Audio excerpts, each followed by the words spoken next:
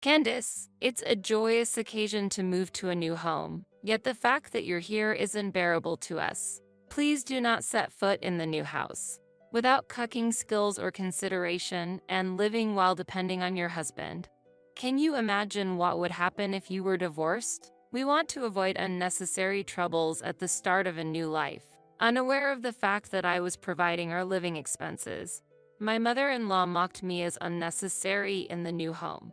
Having been treated like a housemaid by my husband and seen as a nuisance by my mother-in-law, I eventually chose divorce. As a result, they fell into the abyss of unhappiness. My name is Candace. I am 30 years old, and my profession is an illustrator. 2 years have passed since I became independent, and now I mainly work from home. I met Kevin, my husband, at the beginning of my independence, and he pursued me passionately, leading to our marriage. I was not interested in marriage and had little experience in love, so my decision to marry surprised everyone around me. I had significant anxiety about marriage, but Kevin's positive nature was comforting, especially in the beginning when he encouraged me when I was tired. However, it seems our happiness lasted only while we were dating. Even as someone inexperienced in love, I was aware that there are important things we need to do for marriage, such as meeting the future partner's family. However, Kevin's response to it was, "Marriage is a matter between the two of us, and family isn't that important, right?"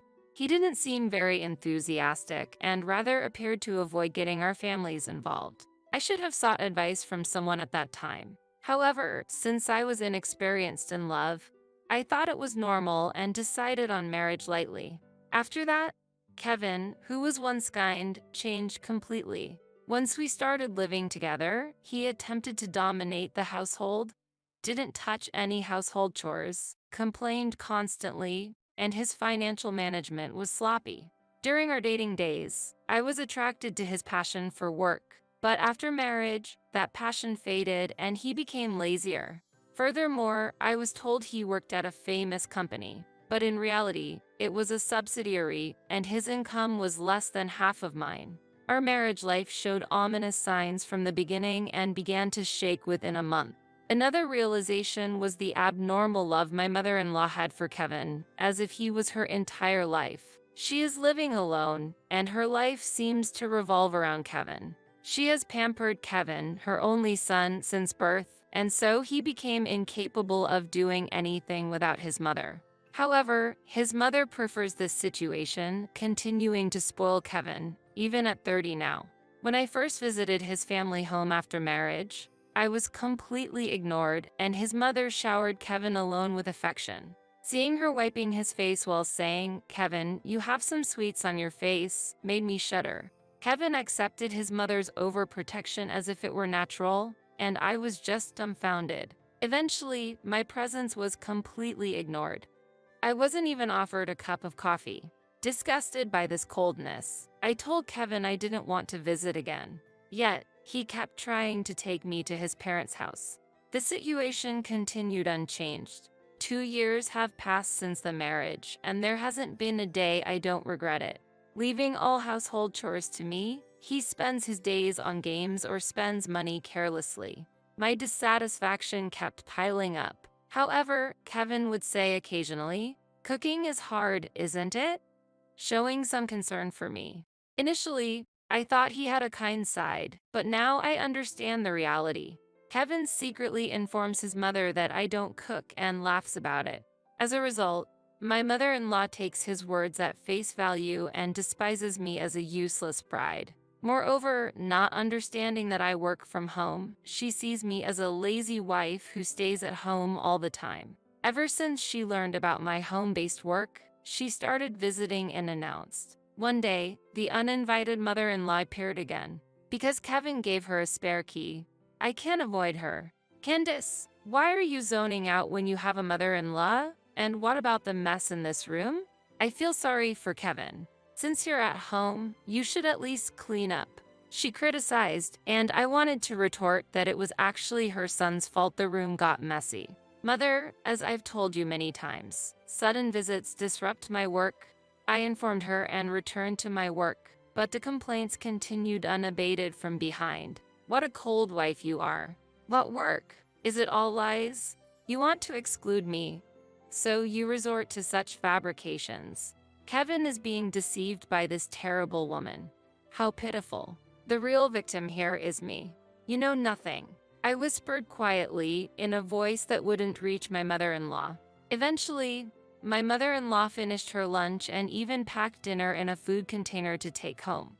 As expected, she left without a word of thanks, never short of complaints about the meal. Hey, can you please get the spare key back from your mother? Even when I tell Kevin that her visits interfere with my work, he doesn't listen. She's lonely, so give her some attention. She's like a mother to you, isn't she? Kevin seems to take his mother's side. Even so, I have work too. Meals that I could quickly prepare alone become an ordeal when she's around. Well, your job is just drawing, right? You're doing it at home, so it shouldn't be tiring. What? Are you trying to make it seem harder than it is? Kevin belittles and insults my work. How can you say that? Wow, scary. Why are you getting so heated? There's no need to get angry when faced with the truth. Working means going to a workplace, like I do, supporting the household, handling all the chores, and dealing with my mother-in-law as well. I was exhausted from not being able to focus on my work. I started to question if Kevin's presence was necessary at all. Being alone would be so much easier. He was clearly becoming an obstacle for me. Lately, I couldn't shake off the idea of divorce, and just imagining it excited me. Thinking about life after leaving Kevin and his mother. Where should I live? Then, a great idea struck me. That's it. Maybe buying a slightly larger apartment with a workspace is a good choice. My imagination kept expanding. Fantasizing about this became my greatest joy and mental support at that time. However, perhaps because I was so caught up in thinking about the apartment, I made a significant mistake. What's this brochure? Kevin found the apartment brochure I had requested. Oh, that. I was just looking at it for a distraction.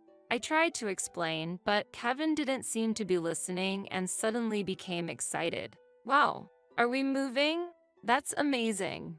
This apartment is really fantastic. Kevin, thrilled, assumed he would be living there too.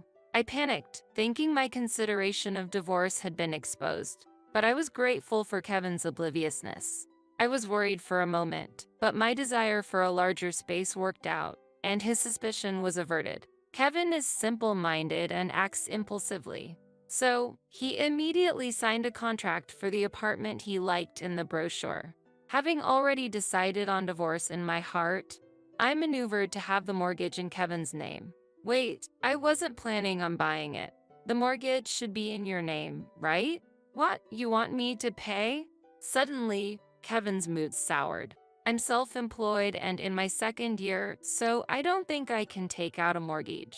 While it's possible that a lender willing to finance could be found, I doubt Kevin would look that far. Why are you saying this? Just because we're married, don't rely on me. You're the one who's going to pay. Kevin raised his voice in anger and kicked a nearby chair. I quietly steered the conversation to avoid his anger. Well, if I were to buy it, I would be the owner. But don't you think it would look more impressive if it were in your name, Kevin? Kevin seemed to calm down with those words.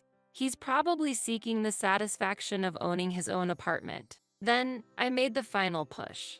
Aren't you excited about having an apartment all to yourself? You can boast about it to your friends. That seemed to motivate Kevin. Since deciding on the apartment, Kevin has been neglecting his work and immersing himself in the apartment and renovations. To avoid arousing suspicions of divorce, I made sure to pretend we were still planning to live together. As part of that, I insisted that renovations were unnecessary. He wouldn't guess that I was considering divorce if I was worried about the renovation costs. Kevin, the cost will skyrocket if we add renovations. How about we skip the renovations? Don't ruin the fun, just handle the payments quietly. Over these 2 years, I've come to understand his personality well. If I say this, he'll insist on the renovations even more. Also, I want a room for my hobbies. If you want to work, why not do it in the living room? Kevin, as always, made self-centered suggestions. Just so you know, I won't be spending a dime. You can cover it with your earnings.